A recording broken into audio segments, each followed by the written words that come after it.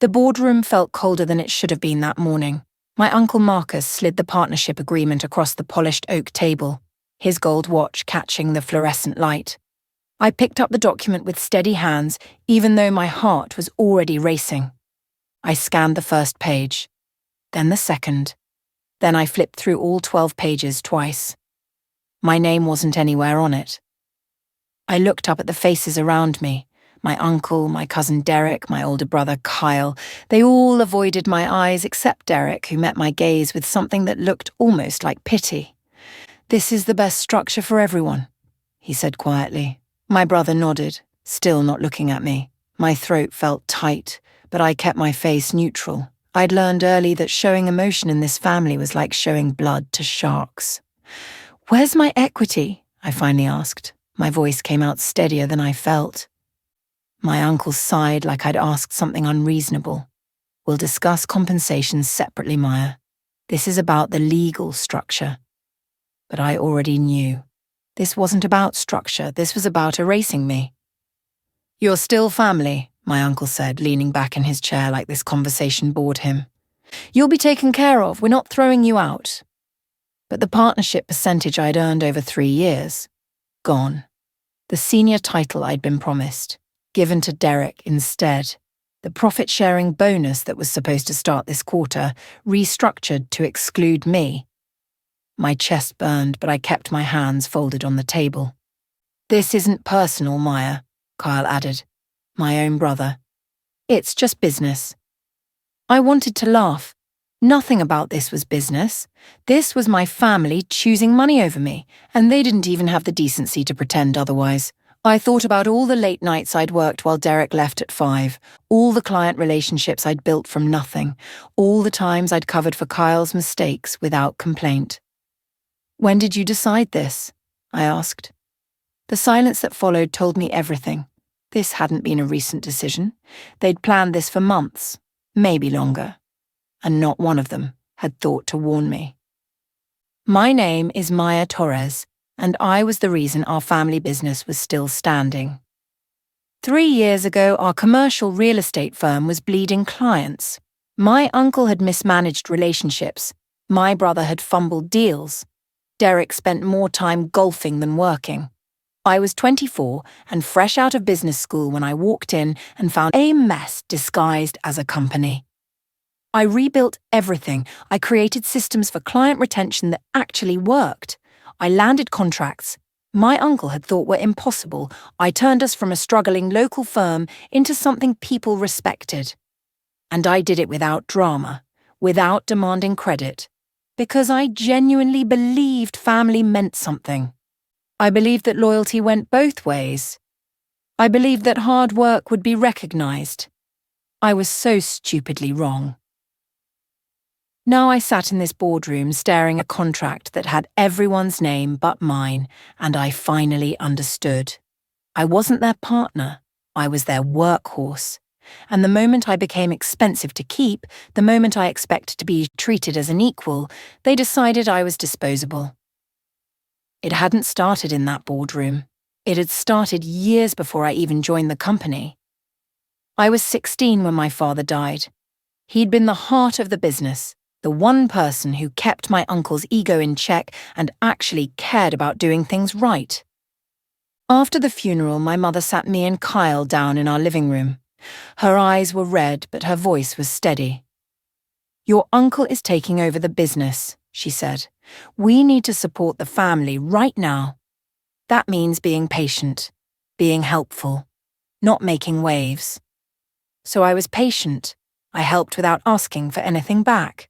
When Kyle got hired straight out of college despite barely passing his classes, I said nothing. When Derek got promoted over more qualified people because he was the boss's son, I smiled and congratulated him. When I spent weekends building financial projections while my brother played video games, I told myself it would matter eventually. Patience became my default mode, and slowly, without me noticing, it became my prison. 2 weeks after the boardroom meeting, I got called into HR. My Aunt Rachel ran the department, another family placement, another person who'd never had to earn anything. She sat across from me with a manila folder and a practiced expression of sympathy. "We're restructuring your role," she said, which was corporate speak for firing someone without calling it that. "Why?" I asked. "The company is moving in a different direction. We think you'd be happier with more freedom to explore other opportunities." She slid a severance package across the desk. It was insultingly small. I looked at the numbers and felt something cold settle in my stomach. This wasn't about restructuring. This was about removing me completely, erasing any claim I might have had to what I'd built. They were betting I'd take the money and disappear quietly. My aunt smiled her perfect HR smile. "We really appreciate everything you've contributed, Maya." I signed the papers without arguing. I took my box of personal items and walked out of the building I'd saved. And when I got to my car, I didn't cry. I just sat there staring at nothing, feeling absolutely nothing. Thanksgiving came 3 months later. I almost didn't go, but my mother insisted. "They're still your family," she said over the phone, using that tone that made me feel guilty for even hesitating. Carl. I walked into my uncle's house and immediately noticed the seating arrangement. The dining table had been extended with extra leaves to accommodate everyone. My uncle and aunt, their kids, Kyle and his new girlfriend, cousins I barely knew. But there wasn't a seat for me at the main table. "Oh, Maya," my aunt said brightly, "we set you up in the den. There wasn't quite enough room." I looked at the main table. There was literally an empty chair that had been pushed against the wall. Kyle caught me looking and turned away. Derek was on his phone, deliberately ignoring the whole situation. I ate dinner alone in the den, listening to them laugh in the other room. They talked about business deals and company wins, my deals, my wins, like I'd never existed. I stayed for exactly 1 hour, then left without saying goodbye. Nobody texted me afterward, not even my mother. I moved into a smaller apartment across town. The rent was cheap, the walls were thin, and I could hear my neighbours arguing most nights. But it was mine. Nobody there knew my last name or cared about my uncle's company. I started keeping a notebook. Late at night when I couldn't sleep, I'd write down everything I remembered, every system I'd created, every mistake the company kept repeating, every client relationship I understood better than anyone else. I documented processes they didn't even know they relied on. I wasn't crying anymore. That surprised me. I thought I'd be devastated for months. Instead, I felt sharp, focused, angry in a way that made me want to work, not wallow. I studied everything I wished I'd known earlier. I took online courses in negotiation, contract law, market analysis. I read every book I could find on building businesses from nothing. I became a student of the industry that had chewed me up. Knowledge is quiet. It doesn't announce itself, but it compounds in the dark. 4 months after being fired, I took a job at Summit Commercial Properties. It was 2 levels below where I'd been at my family's firm. The pay was worse. The title was junior. I had to share an office with 2 other people. But nobody there was related to me. Nobody owed me anything, and I owed nothing back. It was just work. Clean, simple, transactional work. My new boss, Michael, was direct in a way I found refreshing. On my first day, he said, "I don't care who you know. I care what you can do. Show me results, and we'll talk about moving you up." Fair? Fair, I said. It was humbling, starting over. I was 27 and felt like I was back at entry level. But there was something honest about it. Every small win was actually mine. Every mistake was mine to fix. Nobody was watching me fail and feeling satisfied about it. I worked harder than I'd ever worked before, and for the first time in my life, it felt good. 6 months into my new job, I saw the article. My uncle's company had landed their biggest contract yet, a deal I'd started cultivating 2 years before I left. My brother's name was in the headline. Derek was quoted as the lead negotiator. There was a photo of them at the signing ceremony, all smiles and expensive suits. Kyle looked so proud of himself. My uncle stood in the center like a king surveying his kingdom. I stared at that photo for a long time. I waited for the bitterness to hit, for the rage I thought I should feel, Instead, I just felt tired. And then I felt nothing. I bookmarked the article and went back to work. Over the next year, I saw more articles, more success stories. My family's firm was growing fast, maybe too fast. They were expanding into markets they didn't understand, taking risks that made me nervous just reading about them. But I'd learned something important. Arrogance doesn't age well. Success without foundation is just a taller place to fall from. I muted my bitterness and focused on building something real. At Summit, I became known for something my family never valued: structure, not relationships, not Incoming shortcuts, voice call not from riding on Adai someone else's Santana 1 on reputation, Sim Mountain, just NG. solid, repeatable systems that actually worked.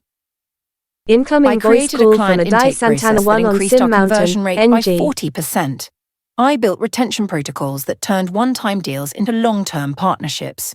I trained newer employees on negotiation tactics that I'd learned the hard way. Michael noticed. "You're wasted in that junior role," he said one day. "How do you feel about running your own team?" I was 28.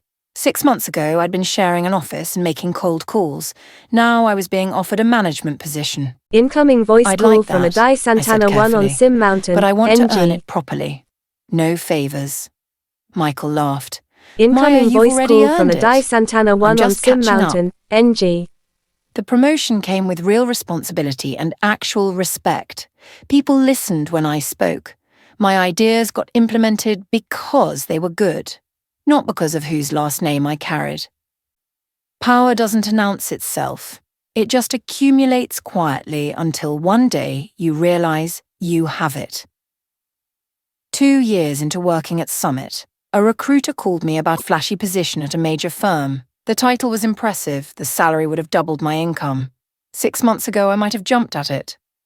But I'd learned something about timing, about building instead of jumping, about the difference between impressive and important. "I appreciate the offer," I told the recruiter, "but I'm working on something else right now." "Can I ask what?" she said, curious. "I'm building a foundation," I said. "When I move next, it won't be for a title. It'll be for equity." She paused. "Smart. Call me when you're ready." I was learning patience again, but this time it was my choice. This time I wasn't waiting for someone else to decide my worth. I was building it myself, brick by brick, deal by deal. Michael had started talking about profit sharing, about partnership track, about building the company's future together. These weren't empty promises from family trying to placate me. These were business discussions between equals. I wasn't in a hurry anymore. I was exactly where I needed to be. The commercial real estate market shifted suddenly. Interest rates climbed, financing got harder. Companies that had overextended themselves started feeling the pressure. I heard through industry contacts that my uncle's firm had lost their biggest client, the one from the article, the deal I'd started. Apparently the relationship had soured over mismanaged expectations and broken promises. The client had walked away from their contract early, taking a penalty fee but deciding it was worth it. When I heard the news, I was in a coffee shop reviewing contracts. I remember pausing with my cup halfway to my mouth, waiting to feel something. Satisfaction, maybe. Vindication.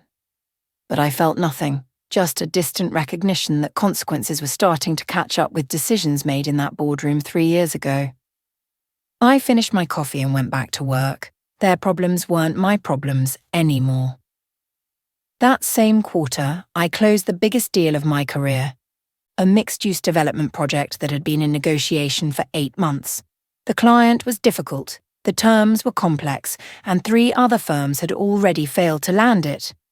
I won it by doing something simple. I listened. I built trust. I delivered exactly what I promised, exactly when I promised it. The signing happened in our conference room.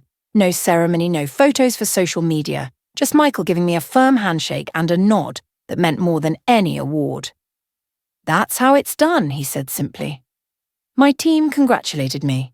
We went out for dinner that night, nothing fancy, just good food and genuine laughter. One of my colleagues raised a glass and said, "To Maya, who makes this look easy even when we know it isn't."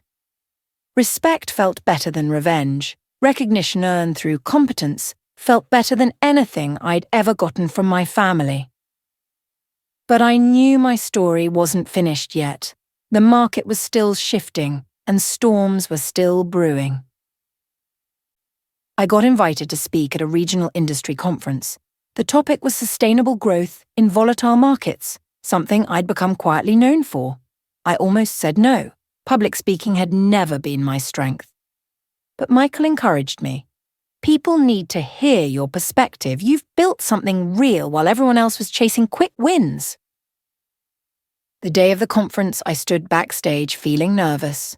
Then I walked out to the podium and saw the audience. 200 people, maybe more. And sitting in the fourth row, looking older and more tired than I remembered, was my Uncle Marcus. Our eyes met for a fraction of a second. I saw surprise flash across his face, then something else, maybe recognition, maybe discomfort. He looked away first. I gave my presentation without acknowledging him. I talked about sustainable systems, ethical client relationships, and building businesses that could weather uncertainty.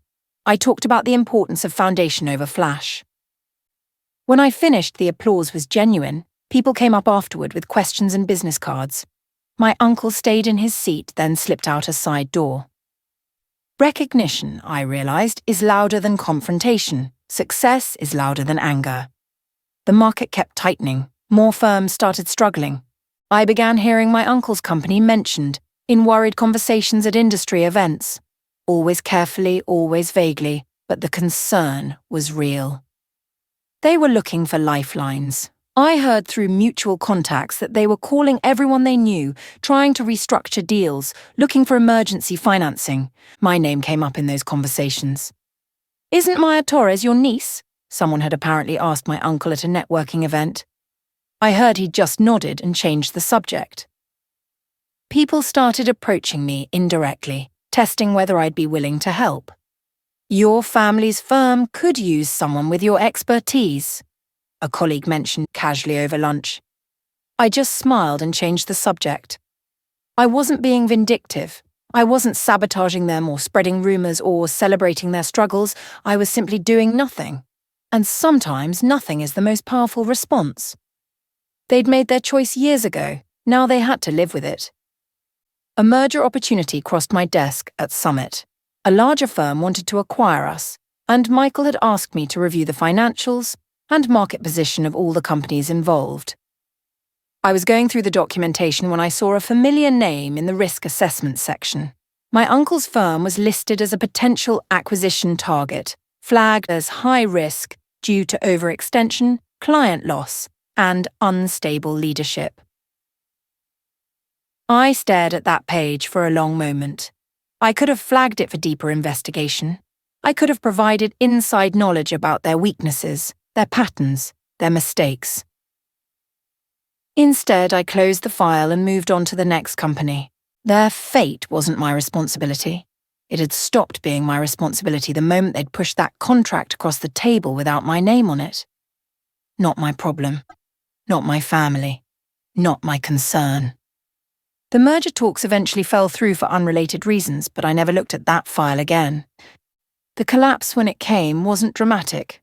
No scandal, no sudden crash, just a slow crumbling under the weight of their own decisions. First came the layoffs. I heard about it from a former colleague who still had friends there. 20% of staff let go in the first round. My Aunt Rachel, the HR director, had to conduct the terminations, including her own. Then the office downsizing.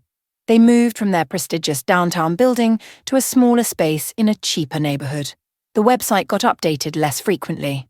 The social media posts became sparse. Kyle lost his senior title. He was still there, but demoted to a regular account manager role. Derek left entirely. I heard he'd taken a job at a competitor, abandoning the family ship as it sank. My uncle stayed, trying to hold things together with increasingly desperate measures. But the foundation had been rotten for years. My departure had just been the first crack showing. I read about it in industry newsletters. I heard about it through the professional grapevine. And I felt nothing but a quiet sense of inevitability. Consequences don't need witnesses. My phone rang one evening while I was making dinner. Unknown number, local area code. I stared at it for 3 rings. I knew who it was, I could feel it. I let it go to voicemail. No message was left. It rang again the next day, same number. I declined the call. Then a text message appeared. Maya, please, we need to talk. Uncle Marcus. I read it twice. Then I deleted it without responding. A week later, another text from a different number. Maya, it's Kyle. Can we meet for coffee? I want to explain everything. Explain what? How they decided I was expendable, how they'd erased me from the company I'd saved, how they'd excluded me from family dinners and pretended I didn't exist. I blocked both numbers. Silence had been their weapon against me. Now it was mine against them, and unlike them, I knew how to wield it without guilt. The headline appeared in the local business journal 6 months later. Torres family firm files for restructuring under debt. I was at my desk when the article went live. Someone from the office Slack channel had shared it with a brief comment. Tough break for a legacy business. I clicked through and read the whole thing. Mounting comment. Tough break for a legacy business. I clicked through and read the whole thing. Mounting debt, failed expansion attempts, loss of key clients, inability to adapt to market changes. The article was clinical, factual, devoid of drama. It mentioned my uncle by name, quoted him saying something generic about temporary setbacks and confident in recovery. But I knew better. This wasn't temporary, this was the end. I read the article once, absorbing every detail. Then I closed the tab and deleted it from my browser history. I didn't share it, didn't comment on it, didn't feel the need to show anyone or prove anything. Closure isn't loud. It doesn't require an audience. Sometimes it's just a quiet tab closing, a page turning, a door shutting softly behind you.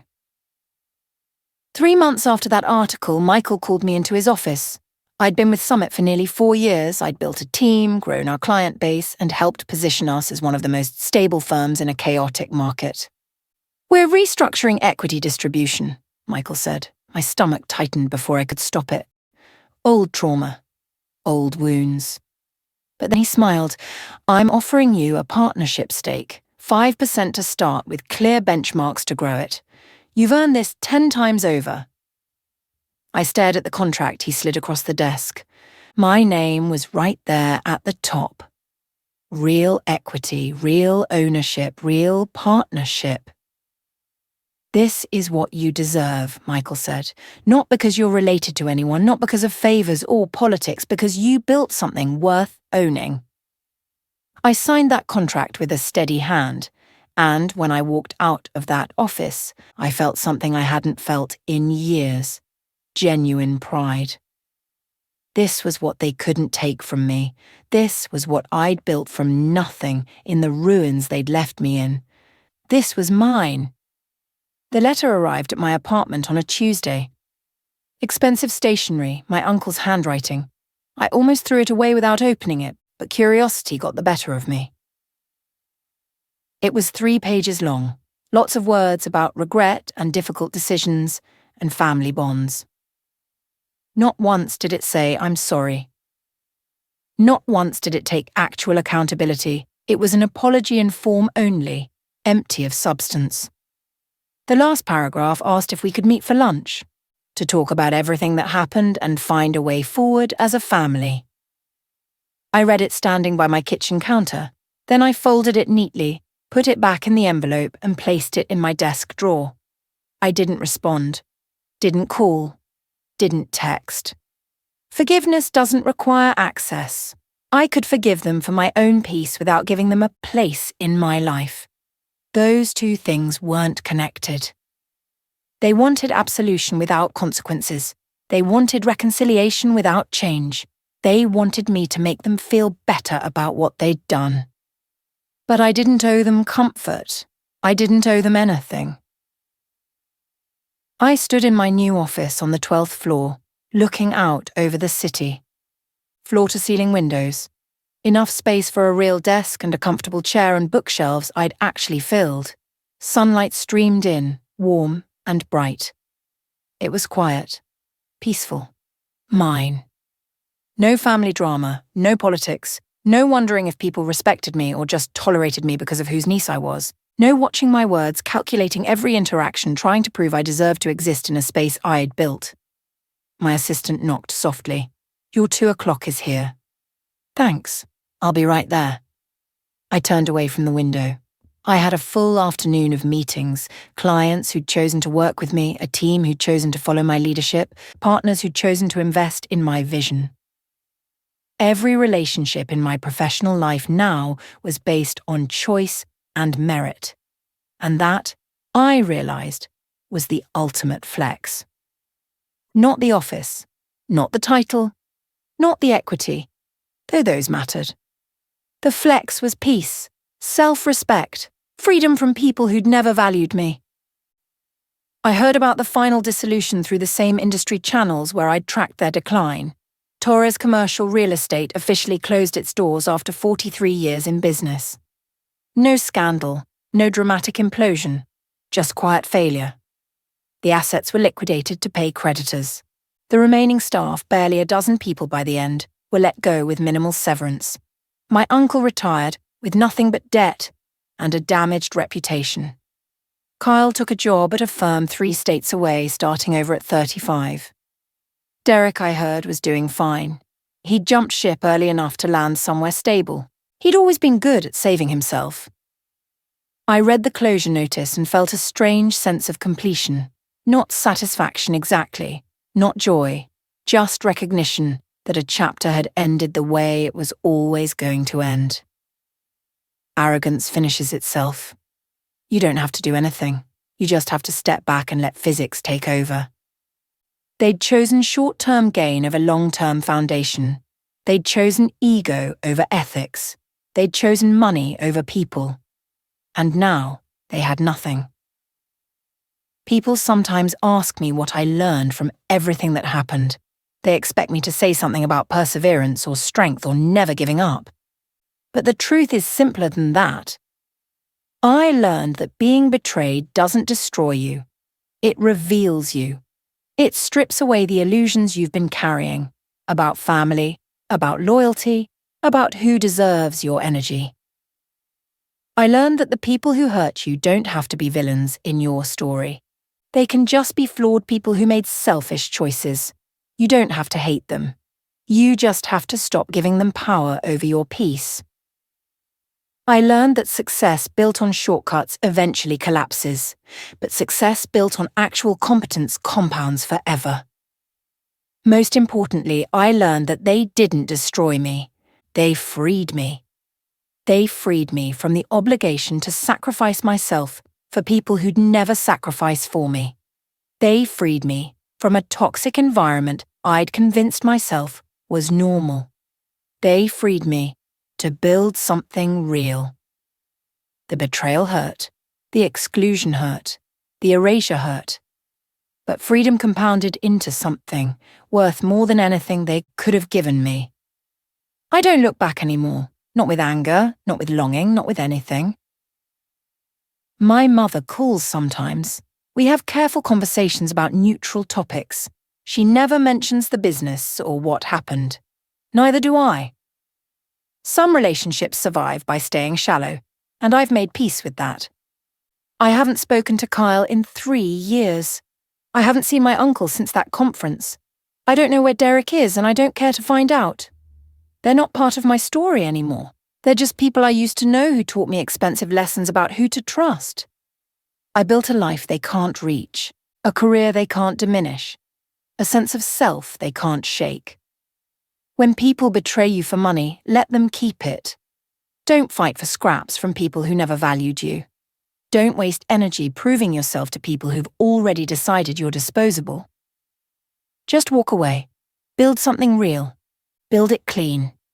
And when they come back, and they will come back because desperation is predictable, you don't have to slam doors or deliver speeches or make them feel small.